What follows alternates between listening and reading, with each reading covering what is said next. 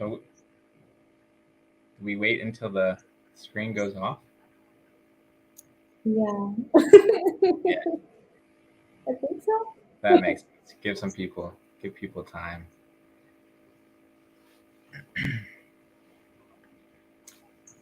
Okay. Well, hello everyone. Welcome to the Lunch and Learn for Latino Conservation Week. I'm Brian Swift, the Public Engagement Coordinator for Pennsylvania Parks and Forest Foundation. You may not have seen me before, but so it's nice to meet you, well, it's nice for you to get to see me, I guess. And I'm with Ashley Suarez-Burgos from an ambassador for Latino Conservation Week. Hi, Brian. Thank you for having me today. I appreciate it. Yeah, it's great to have you too.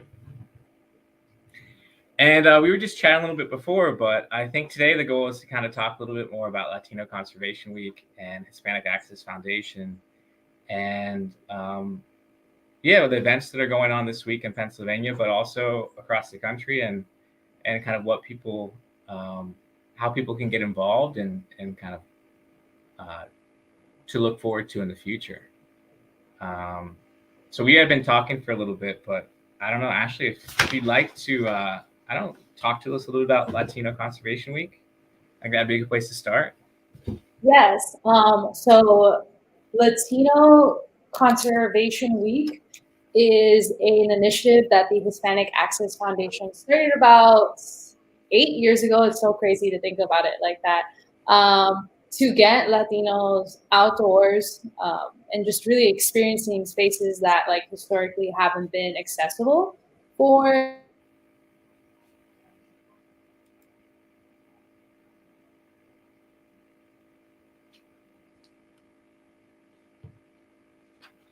It seems that we have connection issues.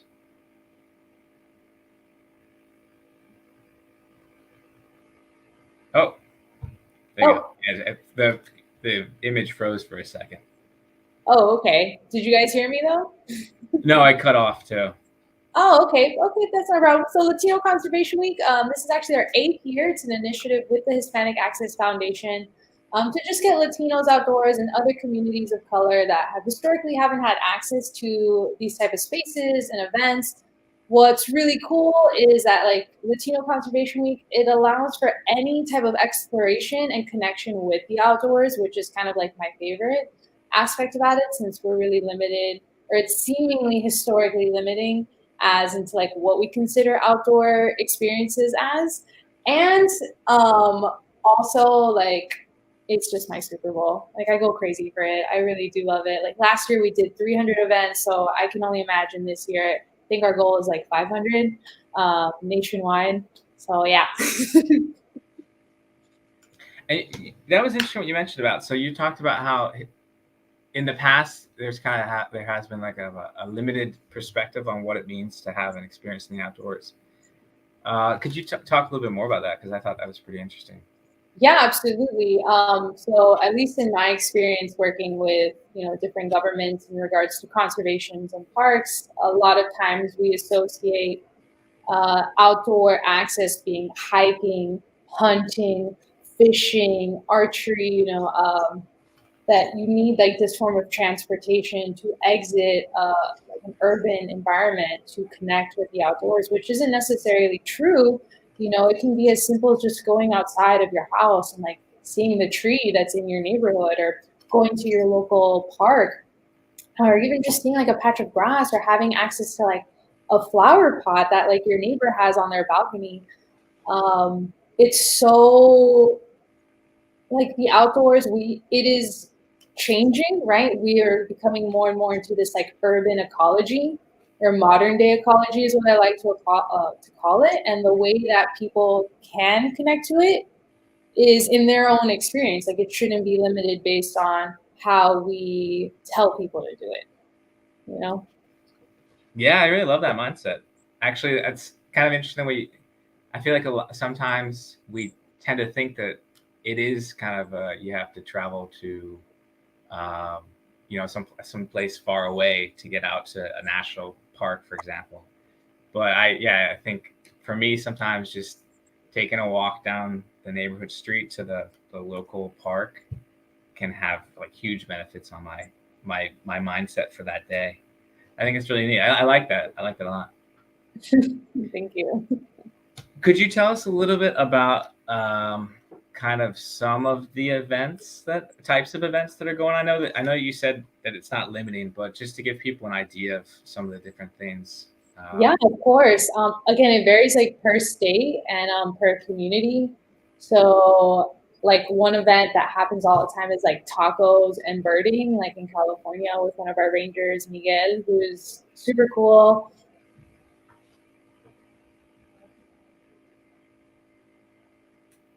Oh, I think the audio and the video froze again, Ashley.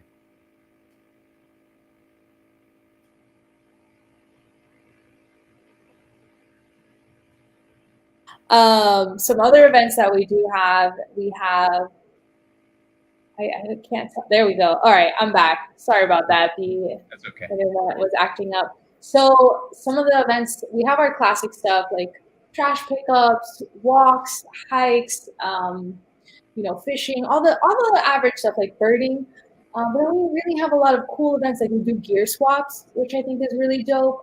We have like art classes. This year they hosted a comedy show in the outdoors, which by first generation Latino Americans, which I thought was super cool. In my past, I've done like yoga classes inspired by like the life cycle of salmon.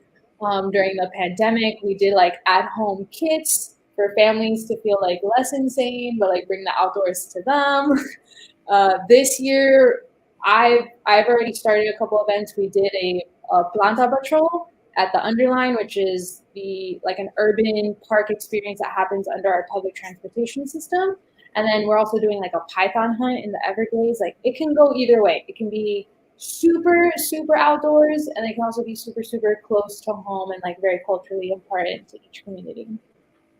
Yeah, it sounds cool. You said something so you said a yoga class inspired by the life of a salmon. Yeah, that's awesome. Thank you. I had in my past, I was a salmon fisherman or fisher person. To be real, fisher person. I worked in distribution in the Olympic Peninsula, and right after that, I became an intern with a Hispanic Access Foundation for U.S. Fish and Wildlife Service. So yeah, Python hunt. I see the comments there. So I was just super enthralled and just inspired by salmon and everything that they do. So I kind of recreated like poses on like how we would go upstream versus like dying and like laying eggs and all that wonderful stuff. And then we had coloring books provided by Fish and Wildlife to kind of do this like mindful meditation at the end of it.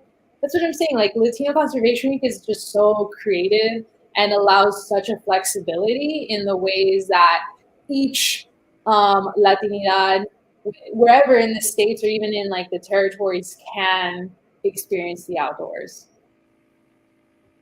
That's awesome. Yeah, very cool. Well, so you mentioned then, so you talked a little bit about Hispanic Access Foundation, which some people might not be familiar with. So could you talk a little bit more? Because I know that is kind of like the organization that kind of leads Latino Conservation Week. Yeah, absolutely. So Hispanic Access Foundation is an NGO or a non-government organization. They've been around for over 10 years for sure. Their main goal is to get Latinos activated into the outdoor landscape, whether it's through career paths, whether it's through events like Latino Conservation Week, and even now we have a program called Por la Creación, which is through like a faith-based organization, and also through national monument recognition. So they do a lot of stuff in just connecting culture and conservation together, which is really, really cool. Yeah. I was reading a little bit about the story of how Hispanic Access Foundation was founded.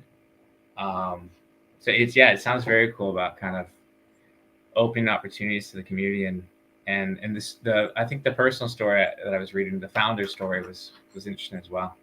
Oh yeah, Maite is just such a Cingona, which is just like in Spanish is like a bad, bad girl who like does it all. Like she's just out there. Yeah, Maite like really is just all about it, and has been doing incredible work for the last couple of years.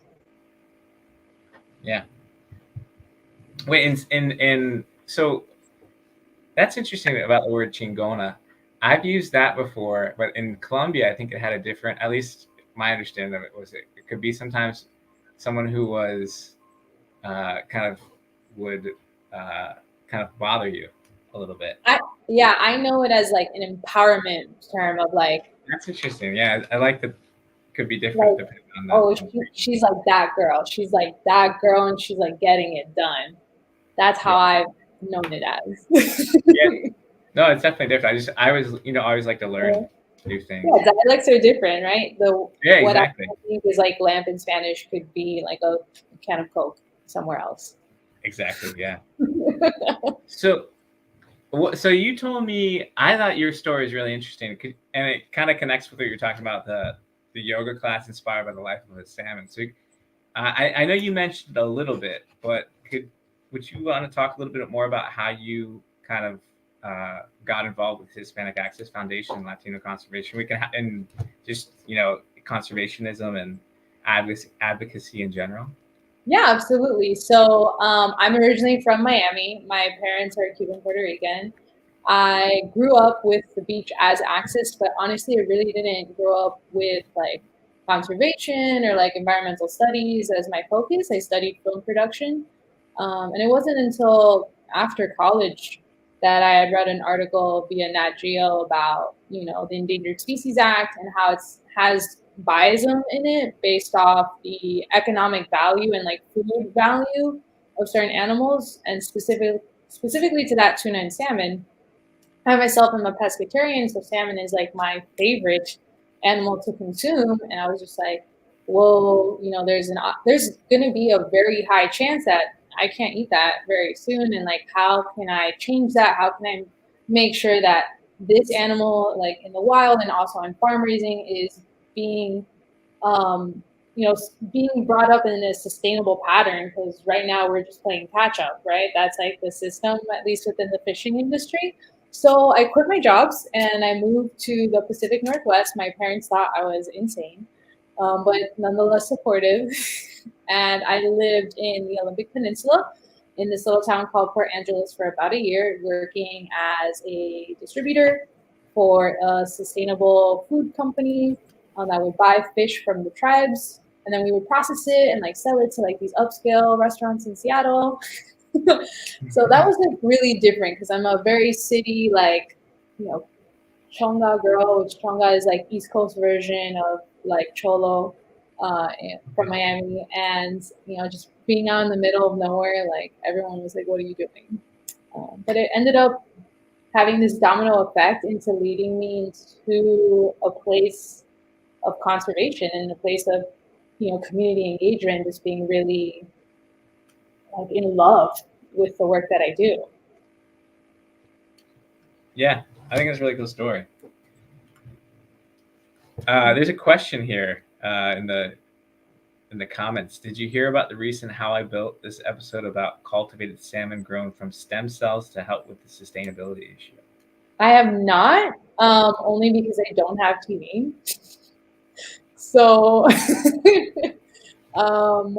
but I will take a look into. Oh, it's on radio. Oh, you're talking about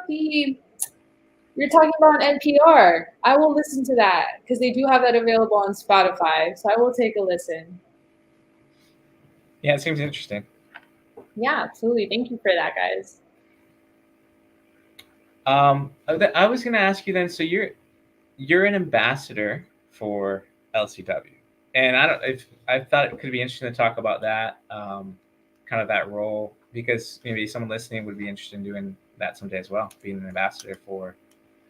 Yeah, absolutely. So I've been doing events for for Latino Conservation Week since my internship, which was about 7 years ago. I'm really dating myself right now as a person. And For 2 years, I've been an ambassador. So what that means is that anyone in the US who is thinking about hosting an event or is hosting an event or even wants to participate in it can contact our group asking for help, whether it's creating events, figuring out how to find funding, what resources they need, what maybe some I don't want to say like liability, but what are some issues to think about, whether it is having, translators there, having to sign a waiver or needing like a permit because you are on like a city property or you're in like a federal land. So it gets a little bit more complicated on that. That's our job. We're there to help you with that. We're there to help you along the whole way.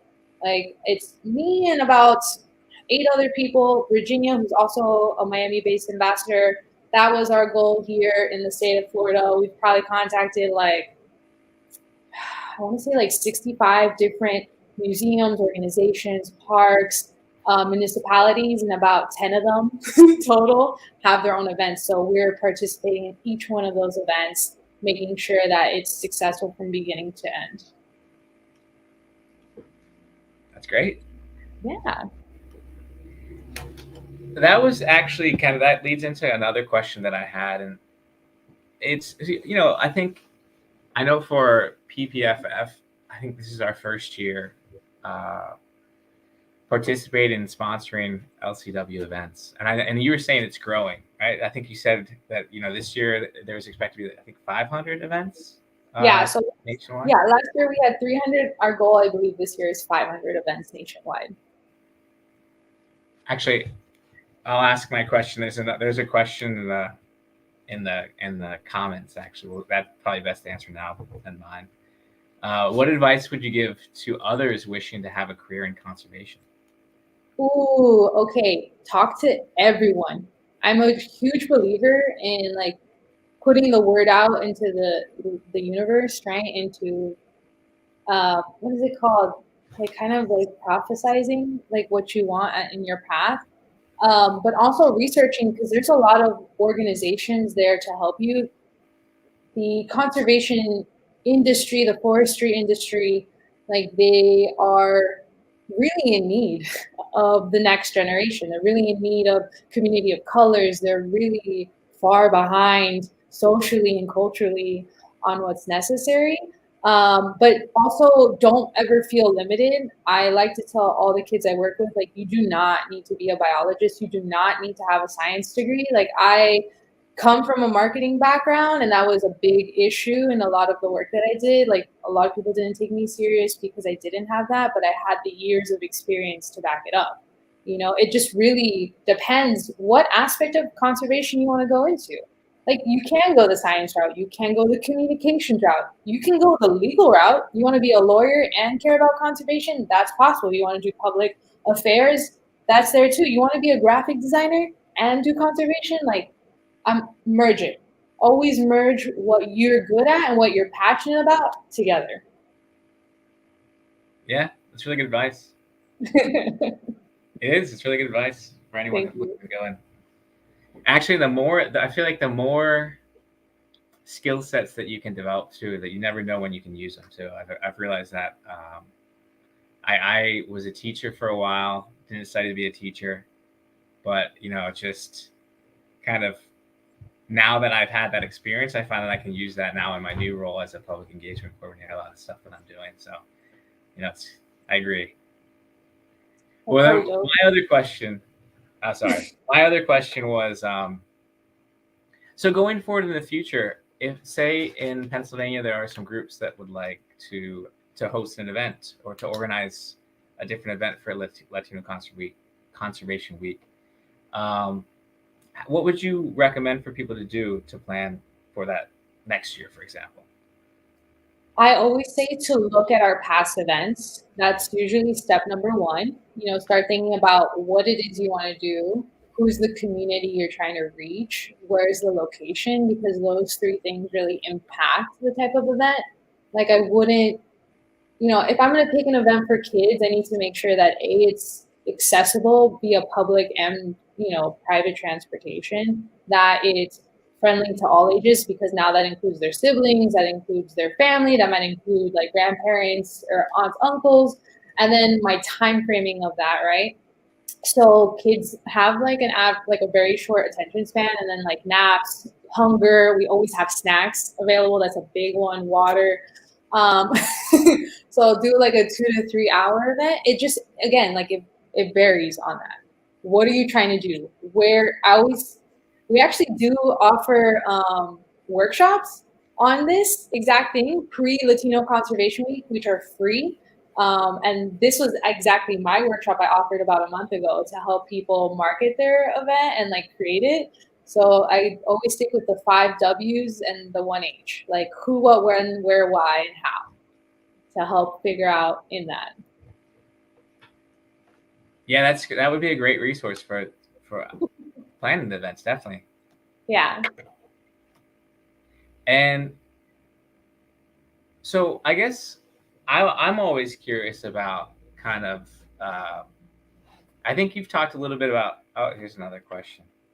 Oh, is the workshop recorded? It should be recorded.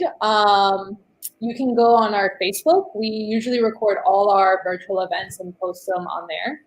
So our Facebook, either at Hispanic Access Foundation or Latino Conservation Week, they'll both be there. And as well on our Instagram, which has a little bit, our Instagram right now is popping a lot because it's showcasing all the events we're having nationwide. So I do recommend Facebook and our website as the best sources. But yes, they are recorded.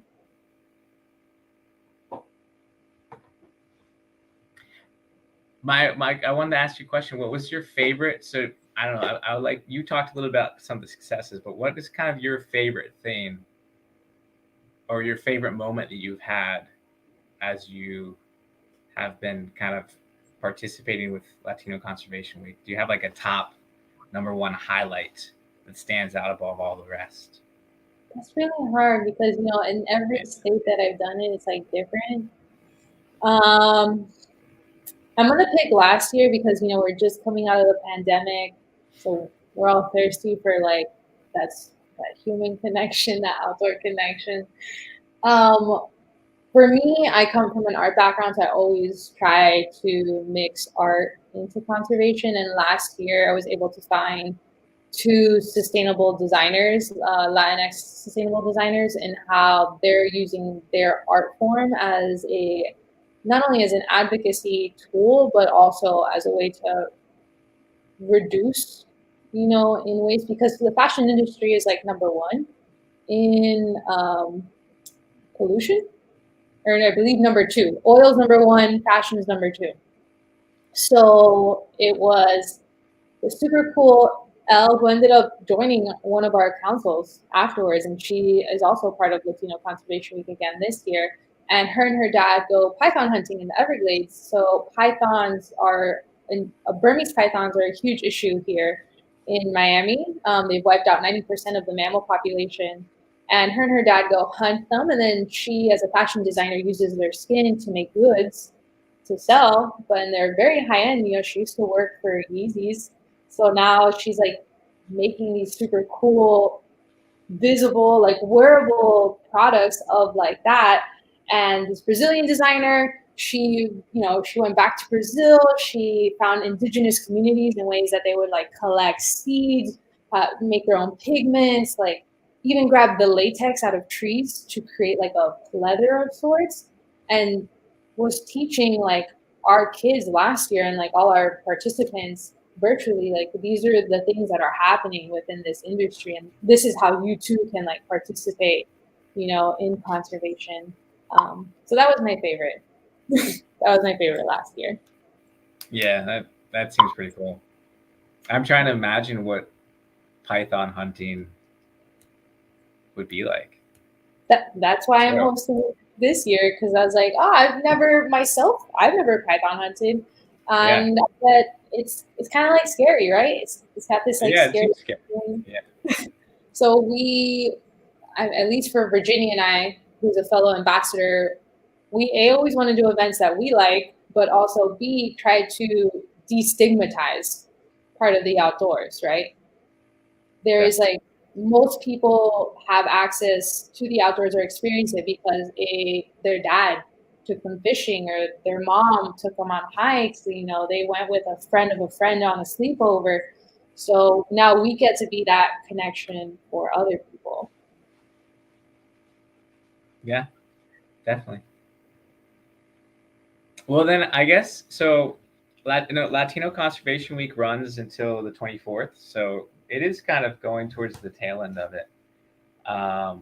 What's next? What other initiatives does Hispanic Access Foundation have We do.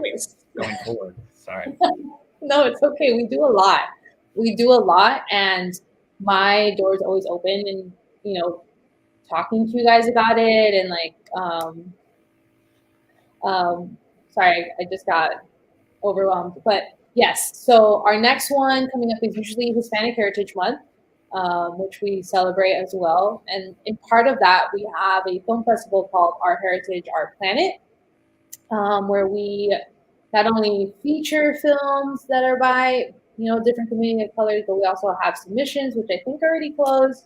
It's really cool. It's virtually that happens, and it's free, open to the public. I'm hoping this year we're gonna have a little bit of in person throughout the U.S. because I really, again, just that pandemic.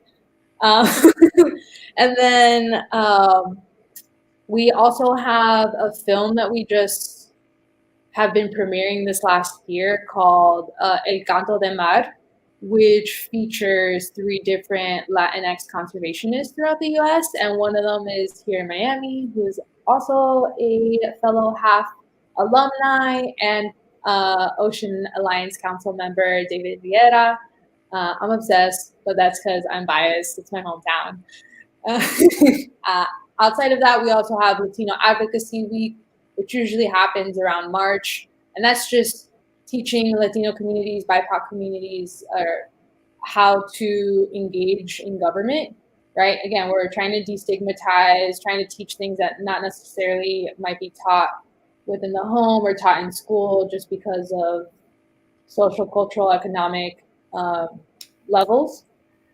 And then we'll have other initiatives that we're a part of, like World Ocean Week is one that we do, but that's more of like a lobbying issue. And then we also help with creating like national historic monuments that have cultural significance throughout the U.S. For Latino communities. We do a lot.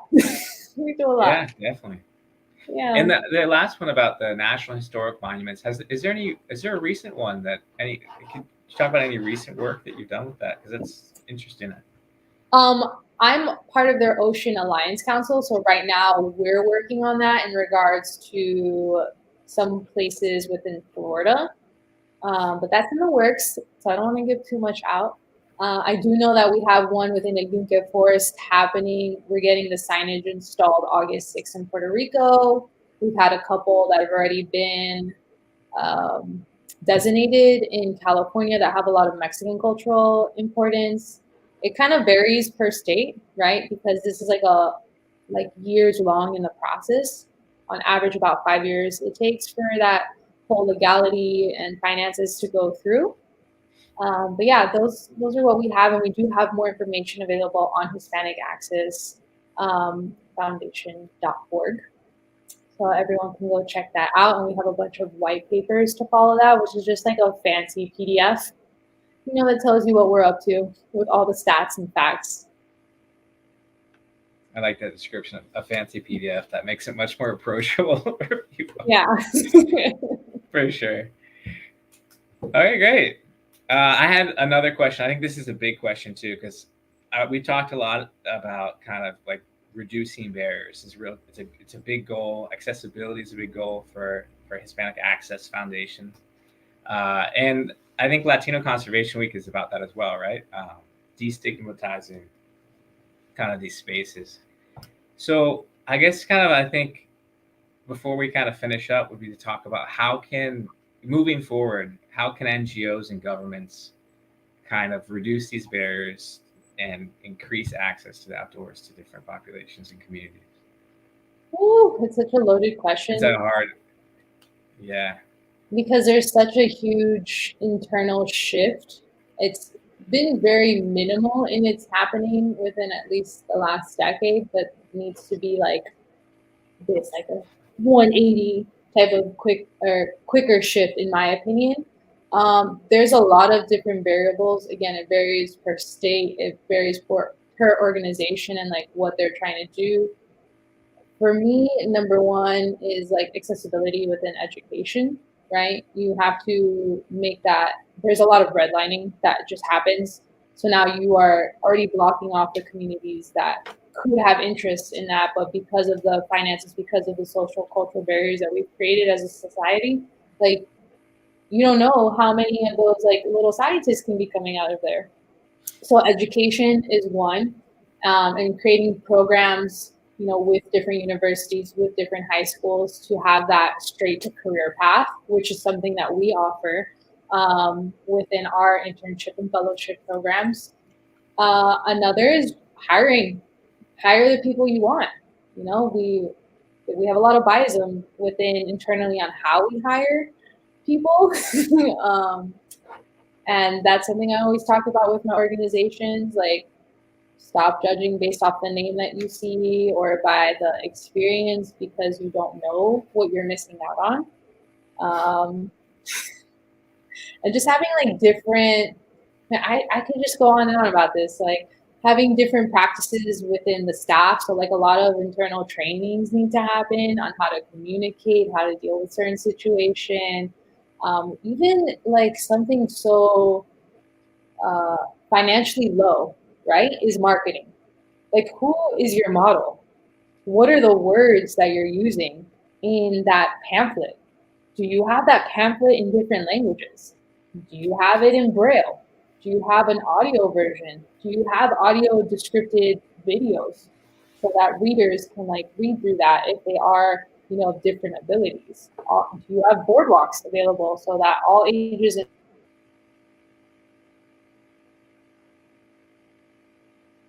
Oh, we had a little freeze again.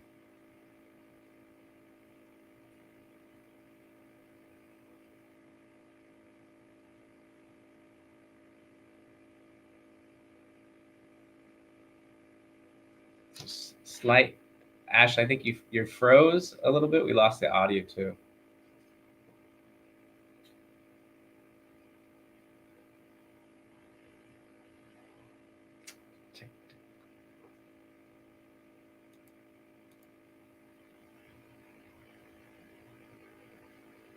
Wait a minute. Usually it comes back. Yeah, Ash, I think you're frozen. The last time it happened, you came back rather quickly, but this one seems to be a bit longer.